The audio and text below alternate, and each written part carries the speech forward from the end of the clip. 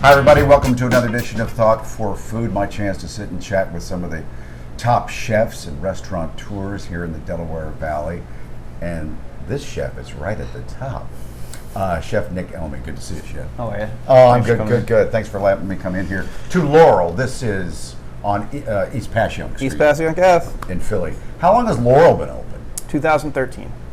Oh. 2013, so. That was the same year that you won Top Chef, right? Yep, right after so the way Top Chef is filmed, we shot for 8 weeks during the summer, and then we took a break, and that's when we kind of built Laurel. And then we shot the finale in October, and then right when we got back from the finale, I think we got back like late October, and then we took a week, and then we opened. Did the show help you? Oh yeah, I think at the time we had a perfect storm of media that happened, because not only did Top Chef break, but I don't know if you remember, Chef Perrier had the documentary come out. It was called King George. That's right. It literally came out a month after we aired Top Chef, Okay. And then the restaurant was open, and you know the restaurant's done well. So between those two things and the press we were getting for our reviews, it was pretty bananas. Okay, I jumped way ahead there to Top Shelf, so let's go back a little bit. Okay. Where are you from? Northeast Massachusetts. I was born in Methuen, spent most of my life in West Newbury, which is basically the northeast shore right before New Hampshire. When did you want to become a chef? It took a while. I started cooking when I was 15, like 14 or 15. And then I went to school for economics and accounting, but I didn't really like it very much. Yeah, why would you? Well, but I'm fortunate enough, my parents are amazing people, and when I came home from college one day and I was like, listen, can I drop out and go to culinary school? They're like, yeah, man, whatever makes you happy. So, I dropped out and I went to culinary school. Where'd you go, Mom and Dad? Yeah. And, CIA? CIA in Hyde Park, New York. Yeah. And then I did my externship for Chef Perrier at Brasserie Perrier, which is one of... Gosh, there's a name from the past. One of my favorite old school. Yes. Yeah. Remember Walnut Street was so jumping? Striped Bass, Avenue B, Susanna Fu. Susanna Fu. What else was there? It was everything. Lebec. Yeah, it was good times. It was so we're talking early 2000s. Yeah. I guess I'm aging myself here. Alma de Cuba was that down there? Alma de Cuba, I believe it's still there. It's still there. Yeah. Yeah. Okay, I jumped ahead again. So let's re-rack again. So you leave CIA. Mm-hmm. How do you end up in Philly? My brother went to UMass Amherst, and his roommate had some form of a connection with G Love and Special Sauce. So when they graduated, they decided they were going to move down here and hang out with the band. And I thought, why not? I got to get the hell out of New England for a little bit. And so I moved here in 2000. I've left a couple times. Like I lived in New York for a little bit. I lived in Paris for a little bit. I lived in Atlantic City for a little bit. But like I just kept coming back to Philly. What is it about Philly? I just like, honestly, livable? it's livable. Yeah. I just like the honesty of the people in Philadelphia. Right. Like they're gonna tell you when you're awesome, and they're gonna tell you when you suck. So there's no like. That's true. They don't mind either way. That's true. So where did you go in New York? What restaurant? I went to New York for a job at a restaurant called Lutèce, which is a very classic French restaurant. But I got there and I was there for about a month and a half, and then they decided they were going to close. So then I went to Union Pacific. Great restaurant, Union Square. Which was amazing. Mm-hmm. I spent some time at Oceana. Oh, I think that's still there. That's a great restaurant. I can only do about 2 years in New York, and then I was like, I'm good. And then I moved back to Philly. But you squeezed in AC? No, that was later. So I did. When I moved back to Philadelphia, I was at Lowy for a little bit. At the time, Avram Hornick had a restaurant where Zama is now. Zama, sure. And Lowy was like a brasserie/nightclub. And Avram taught me a lot more about business than culinarily speaking, because at some point while I was working with him, I was snowboarding and I fell and shattered my shoulder.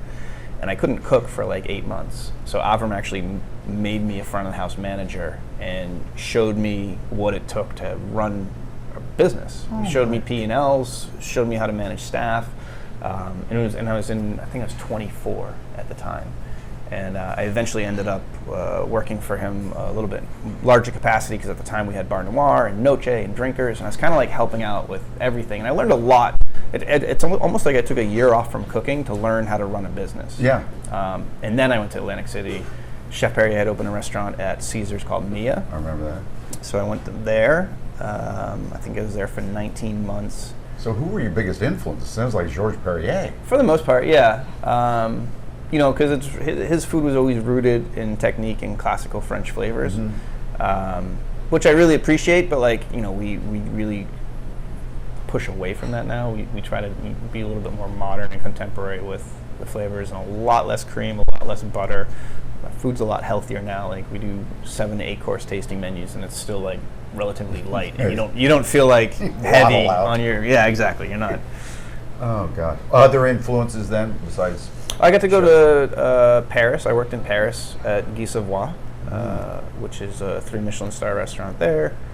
Where else? I think that's about it. And then after Lebec was a restaurant in the Art Alliance on Rittenhouse Square called Rittenhouse Tavern.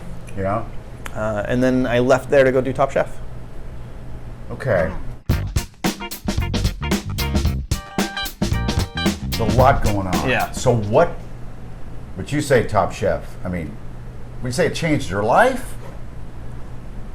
It changed the way I thought about our field and what we do and how serious people take it. I mean, those TV shows they do. Exactly. Oh my. I always find it, our job in hospitality is to make people happy.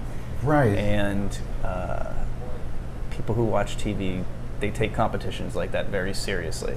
And I understand that I was a relatively polarizing figure on that specific season. Well, you don't seem like that guy. The TV guy that's willing to throw a glass of wine in another person's face. Yeah. It's not. That's not you, is it? I don't think I thought it through before I decided to do Top Chef. Well, how did you get it? So they had contacted me. They usually go through their Rolodex of people that they know and say, hey, we're looking for young chefs who want to be on a cooking competition. Yeah. And I was introduced to this woman named Lauren Schlossman, who is she was the director of casting for this particular season. And we actually became friends. We're still friends to this day. We frequently talk. And she had asked me kind of every year for like 4 years if I wanted to do it. What was she looking for? Why'd she want you? Because you're young and good looking and talented. Because I can cook. And I think I would like to say most importantly because I could cook. I think that she and I just connected. We've become very good friends, and every year she was like, "Hey, do you want to do it this year?" And the first year we had just had my daughter. Second year she asked, we had just had my son, so I didn't want to ditch my wife. Quit having kids. The third year, I was in the transition of leaving Lebec Fin to open Rittenhouse Tavern. And then after a year at Rittenhouse Tavern, I was pretty sick of it. So when she asked, I was like, yes, get me out of here. So wow. Yeah. Okay. It's kind of cool. Not that you want to give away anything because you probably have a contract where you can't talk, but did they encourage you to be feisty and competitive and, oh yeah, I'm going to kick your butt? No, but how do I say this diplomatically? They want drama. They want the drama. Yeah. They want the drama. So they do. I feel like I feel like there are things that happened through the process that make it more intense. Were you ever what? Yeah. We would have like a running text chain going while we're watching the show. That never happened. That well, kind you of got to stuff? remember when we're filming, like even just for one show, it's like a 42 or 44 minute show. It would take us like 3 days, and you would have cameras rolling from like 8 in the morning until like 10 o'clock at night for 3 days of all the shit that we were doing. All the stuff that we were doing. And they would take the most dramatic moments and condense it into this little tiny thing, and then we'd be watching on TV like, I don't remember saying that. I thought I said that 3 weeks later, or I don't remember this happening with this person. I said it every day. Yeah. All right, so you win the whole darn thing. Yeah. Top Chef. Yep. After all those weeks of shooting. Yeah. You were married. Was, and we had my kids were 1.5 and 3 at the time. Who is your wife? My wife is a lovely lady that I met actually when I was in Atlantic City. She was in aviation technology, but we were friends, and they introduced us. And we just hit it off. Actually, at the time that we met, we were seeing other people, but we eventually just kind of gravitated towards each other. It wasn't one of those things where she came into the restaurant. Oh, this food is no, it wasn't. It wasn't one of those things. Oh, I love you. It wasn't one of those. No, it was. I think she was kind of a foodie. She's certainly more of a foodie now. I bet. Yeah, we just I think our mentalities are the same. We grew up, even though she grew up in like Neshaminy and I grew up in Northeast. We grew up in the same type of families. Yeah. Same mentality about what we think about our families and what we want to do with our lives. And you have 2 kids. We have 2 kids. Yeah, we live in Collingswood, New Jersey. We Oh, love it.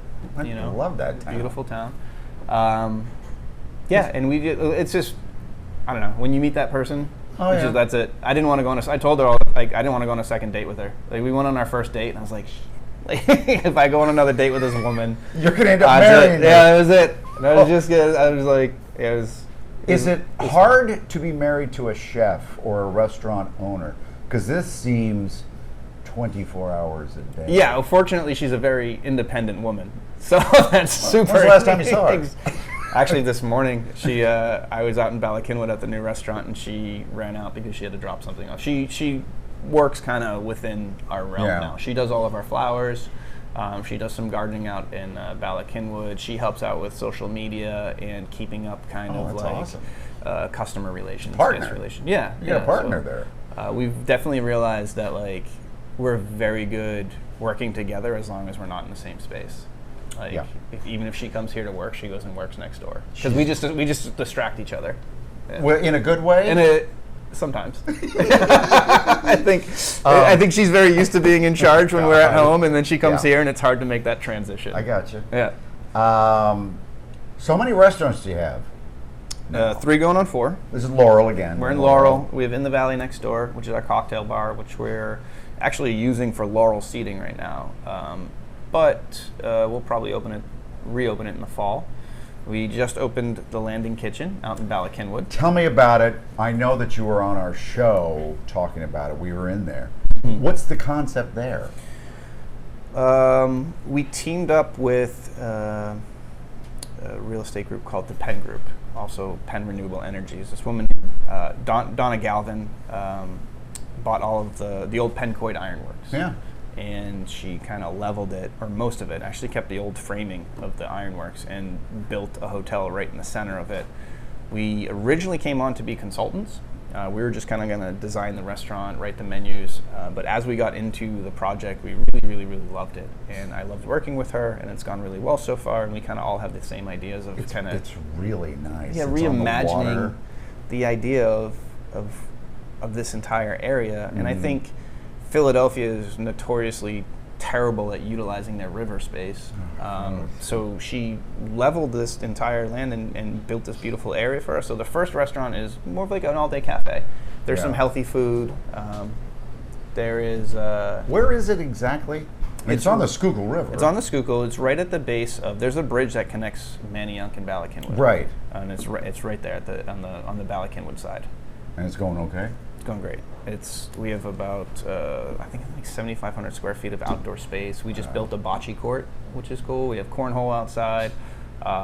It's sandwiches and toasts and light fare with a lot of coffee. But now we have we started our own canned cocktail line. We work with a company from Philly called Walktails, where we make our cocktails. They can everything and label it for us. Really cool company. It's been fun. And it's kind of perfect timing, isn't it? Yeah. When people want to get out. It also converges all of the Pencoid trails up there, all the bike trails. It's right in the center of it. Can't you bike from Center City to Valley Forge or something? I think there's a biking path. Pretty sure that trail. would hurt my ass. Oh, yeah. You've got to have a gel suit.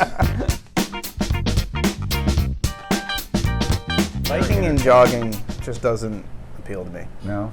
How do you stay so fit? Because you're constantly going, That's true. I don't know if I make that face, but yes, I am constantly eating. Yes, I do the Italian.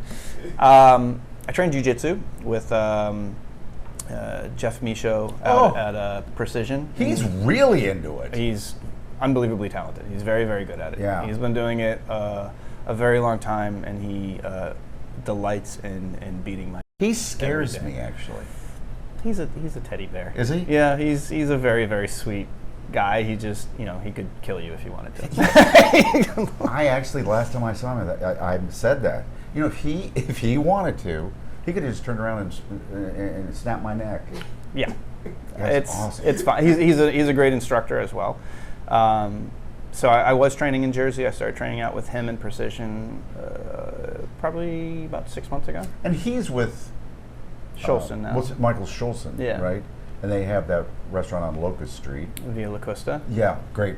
Yeah, my favorite pasta in the city right now. Yeah. Where do you go out, or do you go out to eat?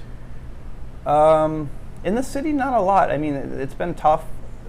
We've tried to keep everything pretty compact over the past year because, trying to keep our staff in mind. So my wife and I don't go out. We're actually going out for the first time to New York on Monday, which will be nice. Did you choose a restaurant yet? Yeah, it's a restaurant called Sushi Noz. It's N-O-Z. It's kind of like the best sushi experience we've ever had, so we want to kind of go revisit that. But Via La Costa if I want pasta. Royal Izakaya if we're looking for sushi. I can't wait till they reopen their sushi bar. I think that my favorite restaurant was Satay Kampar, which we lost over the pandemic, but Ange is doing other stuff now that hopefully we'll start getting her food out again. How close did you come to losing restaurants in the pandemic? We're fortunate because we're in South Philly. You see the size of our restaurant. We don't have the overhead that a lot of the center city restaurants have. Our rent is pretty minuscule, and our staff is amazing and dedicated. Yeah. And when it was time to reopen, everybody jumped back at it. They all came back. We were through the summer last year. We did to-go cocktails. We did French barbecue out of the bar. We transitioned in the winter into being the donut pop-up. We were doing a curiosity donut pop-up. I do remember that. That was awesome. It was exhausting. Yeah. I'm not going to complain because I know that you have a crazy schedule as well, but being in the kitchen at 3 o'clock in the morning to get ready for service and then going to bed at 6 o'clock at night was pretty brutal. Right. I don't know how you guys do this. It's not, it changes your body. I'm a mess. I lost a ton of weight. It looked but not in a good way. Oh, no, it all goes to belly fat. Yeah, it was not. Yeah. Well, yeah, plus I'm eating donuts all the time. That didn't help. It's funny, when I heard you were doing donuts, wow. Michael Solomonov, right? He has the Federal Donuts, doesn't he? Mm-hmm. Can you imagine when you first were at culinary school, you end up making donuts? Hey man, it's a little bite of happiness, and that's what we're supposed to be doing, right? That's what our job is our job is to make people happy. I don't care if it's Is that the way you see it? Yeah, I think so. I think that overall we're a conduit to people being able to connect with each other and be in a space where they can just be happy for a minute and forget about everything else, and whether or not they get to forget about the world for 3 seconds by biting into a delicious donut or sitting down for 2 hours for a tasting menu. It's more about connecting with the people around you, connecting with your food, and enjoying yourself. What's your specialty? Well, I mean, French. It depends on I think, because I studied French, but our food is 100% American. We call it French-inspired American food. Everything that we use at this restaurant comes from New Jersey, New York, Pennsylvania, for the most part, unless we need to get something super special.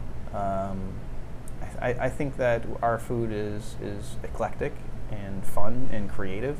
We use the word clean a lot because we want to be able to highlight flavors, but also I always tell people we want to be creative without being obtuse. Yeah. We want people to be excited and enthusiastic about the idea of a flavor combination or a technique or a style, but we don't want to go so far over the edge that people are what the hell am I eating? What is that? Because even I've been to dinners where I'm what are you guys even talking about? I just want to eat something. Yeah. I don't know what's going on right now. God. Why are you giving me instructions on how to eat stuff? How often do you experiment?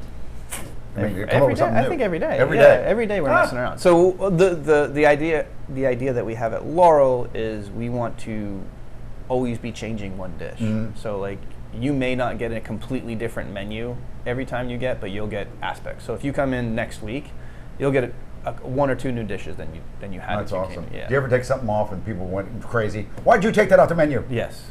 There's a caviar dish that we have on the menu right now. It's caviar with like whipped egg and maple mousse, and it's got an egg yolk confit, seaweed vinegar gelée, and like this really spectacular sourdough brioche.